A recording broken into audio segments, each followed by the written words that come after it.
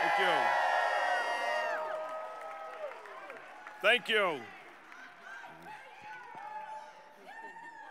Thank you, President Alfond, for that extremely generous welcome. And I just want to thank all of you for being here today. It's inspiring to see so many progressive advocates, elected officials, and candidates working hand in hand to make this state everything that it can be.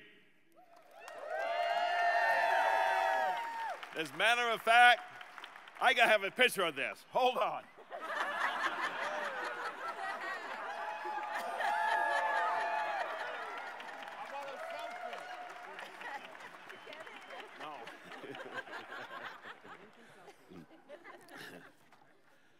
Now, just a few weeks ago, in this very same building, our Republican friends said their convention was focused on unifying their broken party. But in order to unify their party, they had to divide our state by pitting one Mainer against another and playing politics with real people's lives. More than their substance, I was struck by their tone. Negative, accusatory, bitter, defensive, intolerant. Folks, we can do better than that. We can be better than that. And my message to you is that we have to be better than that. So then, instead of giving you a barn-burning speech tonight of attacks and examples of mismanagement by this governor, and yes, there have been many of them, I want to instead ask you to set aside your Democratic credentials for a moment.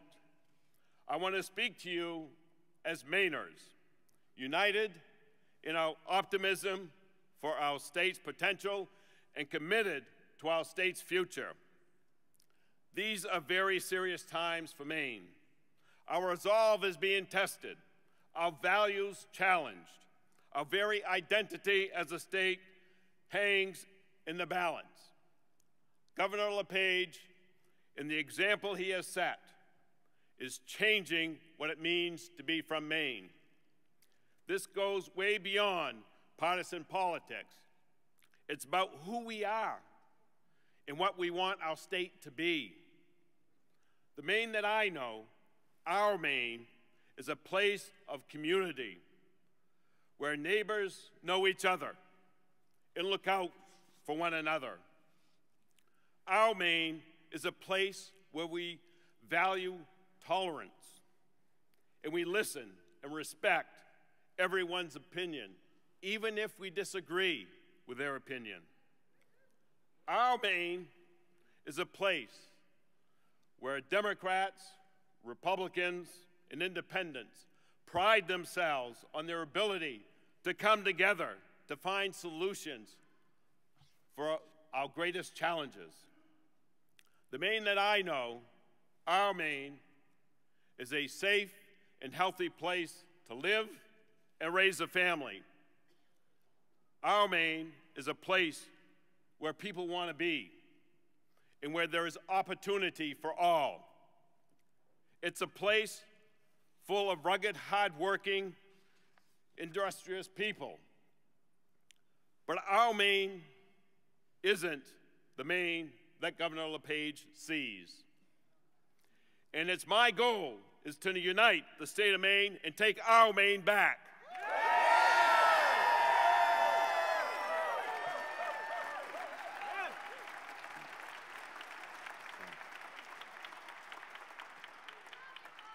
Now, I know the pressure is on. Too many people are out of work or working too hard for too little. Too many students are saddled with debt. Too many schools are underfunded and understaffed. Too many children have little to eat. Too many bridges are crumbling. And too many entrepreneurs have incredible ideas, but not enough capital or access to tools and connectivity that they need to grow. I know we all have our eyes set on November, but my message to you tonight is that November is only the beginning.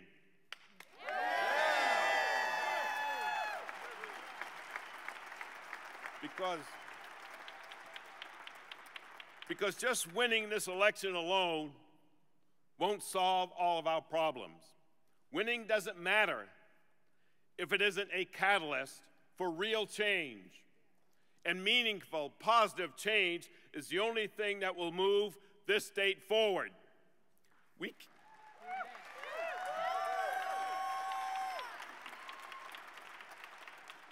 can't afford to simply reject the LePage way and only go back to the old way. It's our time to forge a new path that meets the challenges of this time. We will start by cleaning up some of the unfinished businesses. We must honor our veterans and ensure that they get the respect and care and opportunity that they deserve.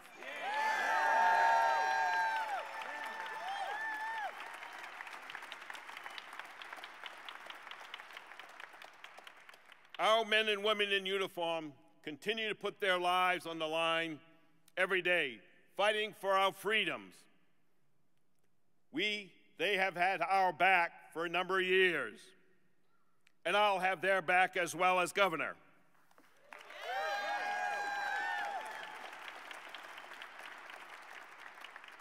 That is why, on the first day I take the oath of office, I will submit legislation to expand access to life-saving health care for the 70,000 low-income Mainers, of which 3,000 are veterans.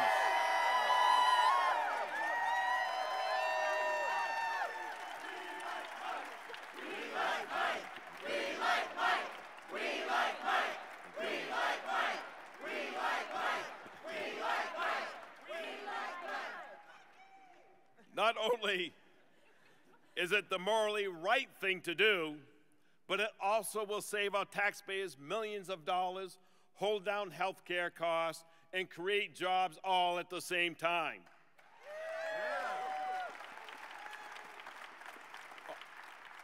All of which are things that Maine sorely needs after 3.5 years of Governor LePage's failed policies and politics that has left us behind the rest of the country in job growth.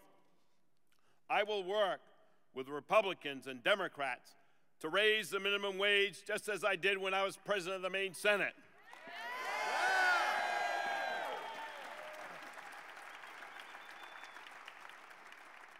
Maine people support it.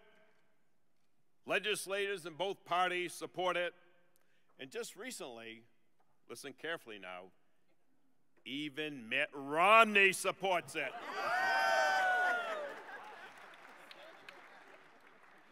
And we are committed to the notion that work should pay more than just than public assistance, then we need to put our money where our mouth is and get it done. Yeah. We will also work to ensure economic security and close the wage gap that women in Maine continue to face today.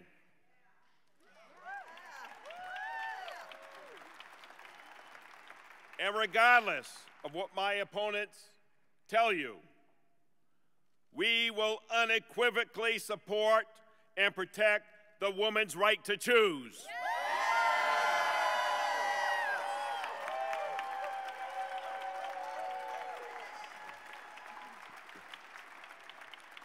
And we will work to restore the funding for critical family planning services that was vetoed by the governor. And we'll get to work charting a new course for the state and for Maine government. One that's not developed and written by and for lawyers and lobbyists, but one that's developed for the people of the state of Maine. We will create an economy that works for everyone, just not the ultra-wealthy. We'll invest in our schools and our children.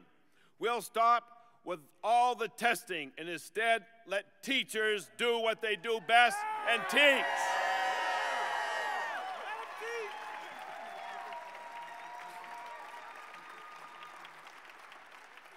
And we'll invest in our infrastructure, in innovation, and in small businesses, which are the backbones of our economy.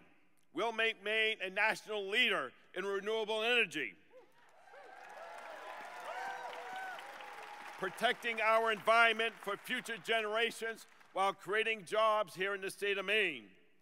And we'll promote our farms and our fisheries to make Maine the food basket of New England.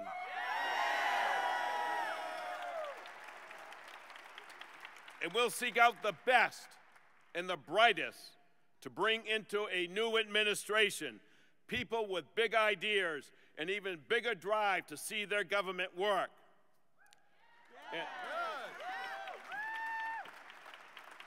And we will look to our state employees, those working on the front line, to help us make government more effective and transparent. Yes. Yes. We need to change the policy, the direction of the state of Maine. But that's not all that we need to change. We need to change the way that people view our elected officials, to change the way we do politics here in Maine. That means bringing people together, listening to those who disagree with us, not slamming our fist on the table when we don't get what we want. It means refusing the temptation to rake our colleagues over the coals simply to score political points in tomorrow's newspapers. It means resisting the scorched earth tactic that poisons too many relationships and undermines good politics before they have a chance to take hold. We need people to be confident in and even proud of our leaders again. And I think we need to lead by example to earn that confidence of the people here in the state of Maine.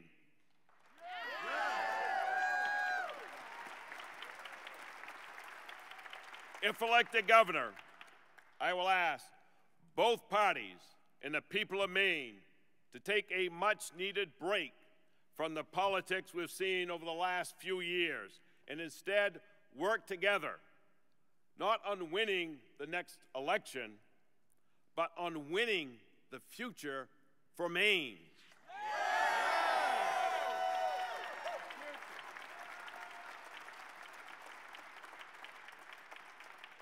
Because I've learned a long time ago, whether I was serving as president of the Senate in the evenly divided Senate 14 years ago, or in my time in Congress, no one party has a monopoly on good ideas.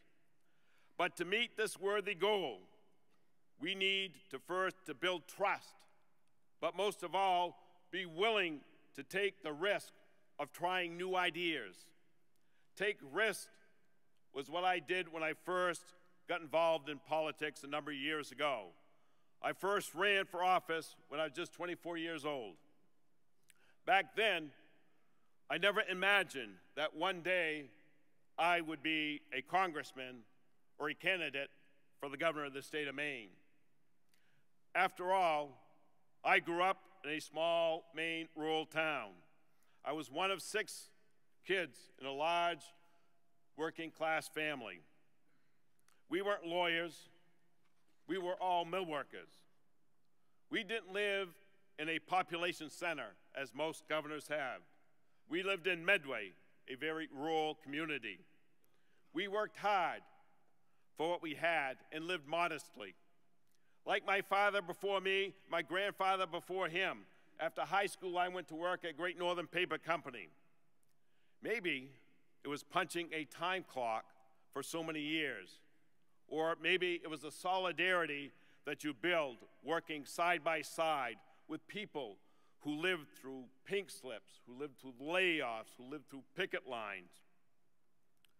But the blue-collar the blue in my collar instilled in me the values of hard work, community, responsibility, and an opportunity for everyone, not just the privileged few. I first ran for office even though the odds were against me, even though I knew it meant a great sacrifice I'd have to give. But I ran because I was driven by the passion for change. And I'm still driven today by that same passion.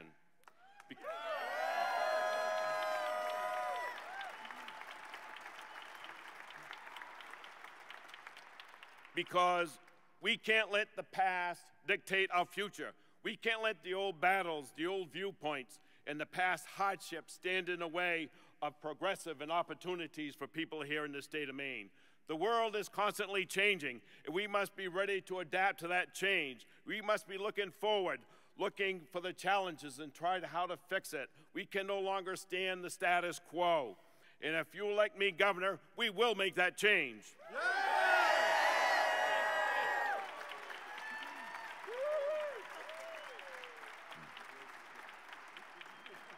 When I'm elected governor, I'll listen to your stories and talk with Mainers from all walks of life to create a path forward. Together, we will give the people of the Maine the government that they deserve and that they want.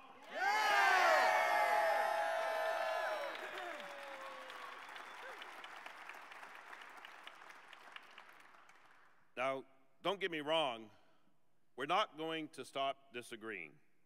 We're not going to give up our values that we hold near and dear. But we can stop the divisiveness.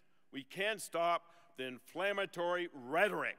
And we can stop being so quick to think the worst of people and play on the people's fear. We can do better, and we can be better as Mainers. Yeah.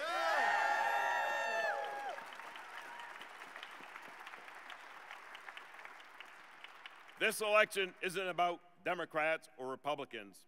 It's about Maine's future. It's about all of you and the people who make our Maine great. So, if you are a veteran, and if you're able to, please stand up and remain standing.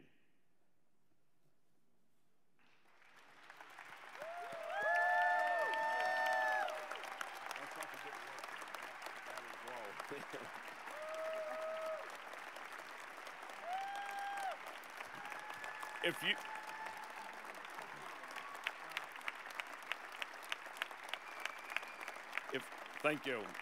Please remain standing. If you help protect our streets, our communities as firefighters, a police officer, a state trooper, a paramedic, a nurse, a doctor, or any member of public safety, please stand and remain standing.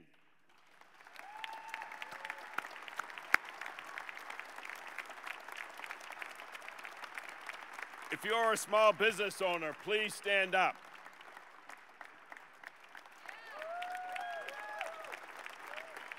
If you are a teacher, please stand up.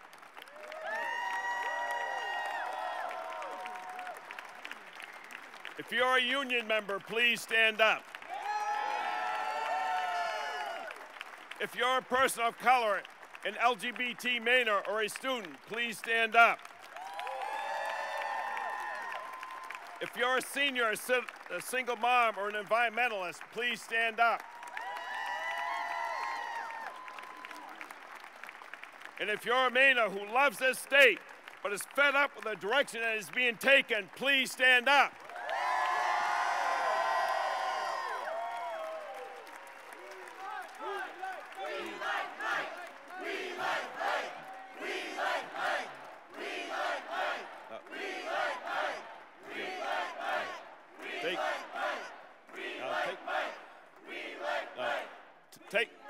Take a look around this room.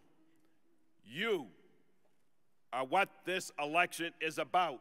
You all represent the idea that Maine's best days are ahead of us. You all represent the vision that we are all in this together.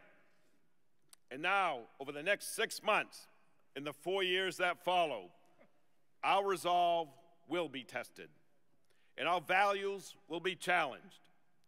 But we will boldly take on every challenge, and I'm confident that together we will win.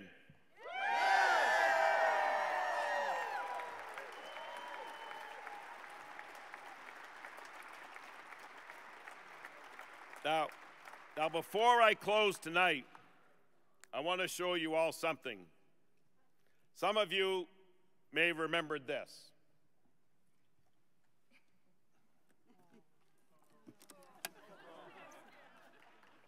It's my lunch bucket I carried with me for over 29 years when I worked at Great Northern Paper Company in East Millinocket. For 12 years, this lunch bucket has been sitting prominently in front of my desk in Washington, D.C. as a constant reminder never to forget and stop working for the hard-working men and women of this state of Maine.